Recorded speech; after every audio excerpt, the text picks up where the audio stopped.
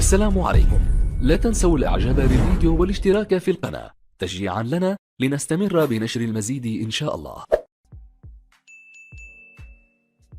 أعزائي المشاهدين، في ملفنا الثاني، روسيا تطرح ملف الصحراء. وزير الخارجية الروسي سيرجي لافروف وخلال زيارته إلى موريتانيا يدعو الأمم المتحدة إلى البحث عن خطوات ملموسة لحل نزاع الصحراء وفقا لقرارات مجلس الأمن.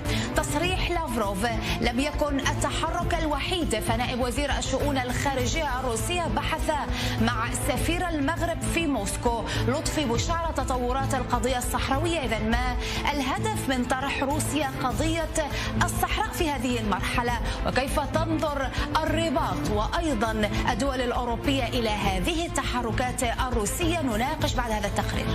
بسام، يعني كيف تنظر وتقرأ الرباط هذه التحركات من قبل الجانب الروسي، خاصة وأيضا أن كان هناك لقاء كما ذكرنا بين السفير المغربي ونائب وزير الخارجية الروسي في موسكو وتم بحث قضية الصحراء؟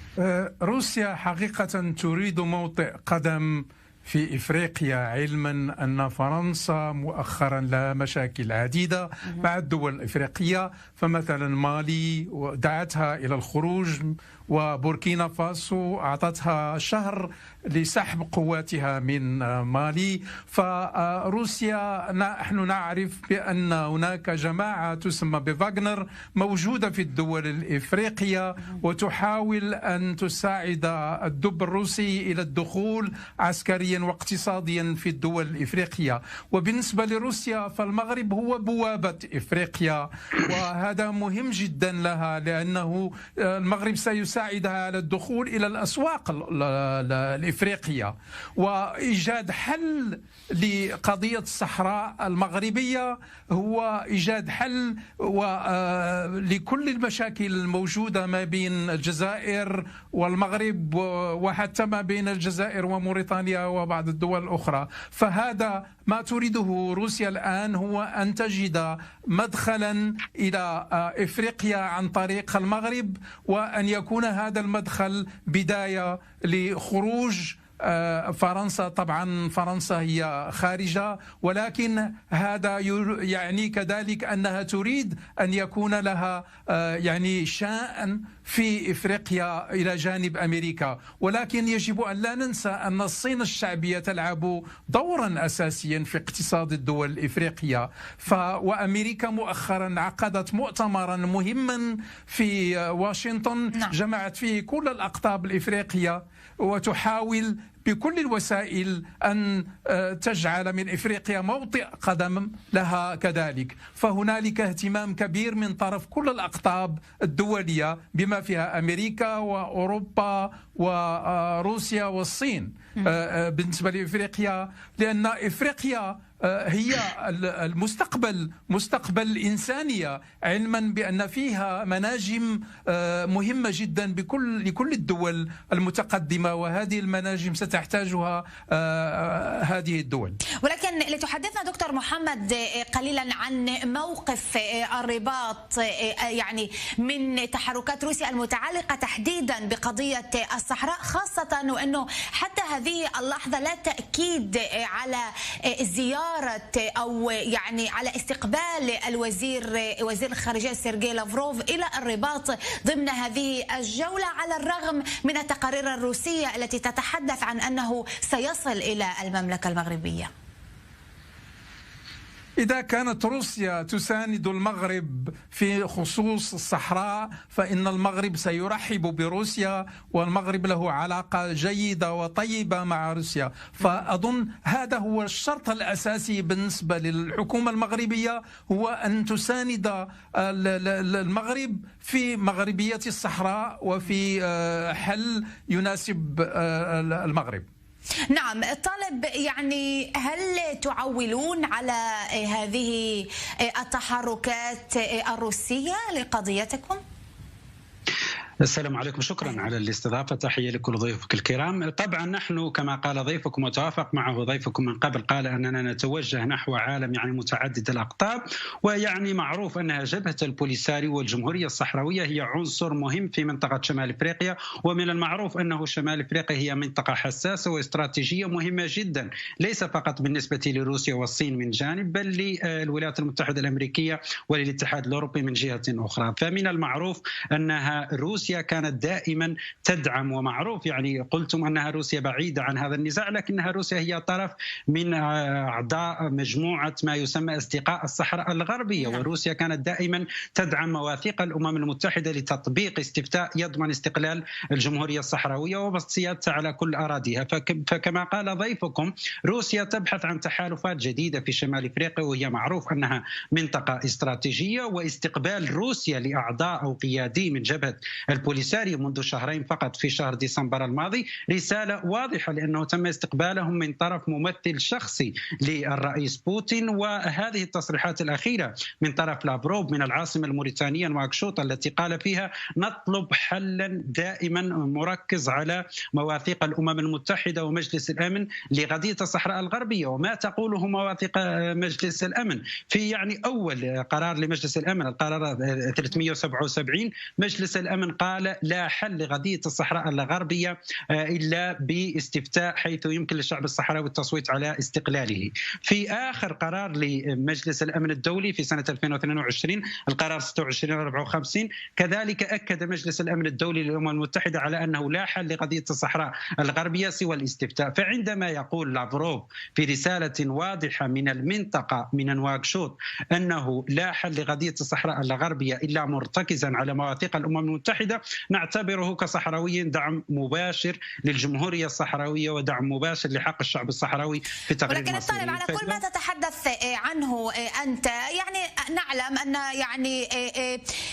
المغرب وروسيا في هذه المرحلة تتمتعان بعلاقات جيدة وشراكات كبيرة.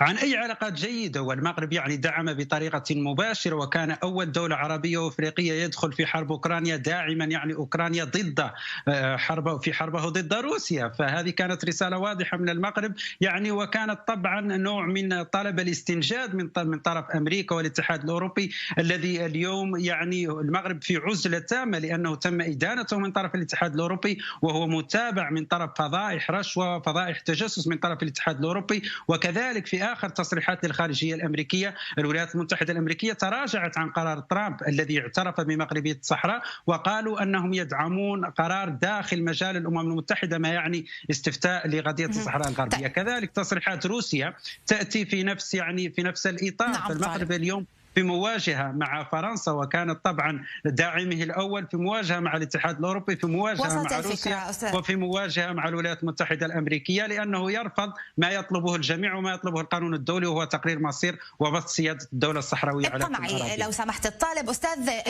أن يكون هذا منطقيا، تعترف روسيا بمغربية الصحراء، ونعلم التحالف القوي بينها وبين الجانب الجزائري وأيضا مع البوليساريو. كل شيء ممكن. فمسألة تقرير المسير انتهت مسألة تقرير المصير في أمم متحدة وفي كل مكان. الدول كلها تساند المغرب وتساند مغربية الصحراء، والشركات الكبرى كلها لها موطئ قدم في الداخلة وفي العيون وفي كل مناطق الصحراء المغربية. فعلى روسيا إذ كانت تريد أن يكون لها موطئ قدم في إفريقيا أن تساند المغرب وأن تجد حلا يناسب المغرب وليس بحل يناسب جمهورية وهمية في تندوف. فهذه الجمهورية موجودة في الجزائر، وإذا كانت الجزائر تريد أن تجعل منها جمهورية فهذا شيء يهمها. نعم الطالب، لروسيا والجزائر في نهاية المطاف مصالحهم الخاصة، ونعلم العلاقة التاريخية بين جبهة البوليساريو وروسيا، ولكن في ظل الاصطفافات الجديدة الناتجة عن الحرب الدائرة في أوكرانيا، هل يمكن أن نشهد مناورة روسية تحديدا مع المغرب يدفع الصحراويون ثمنها؟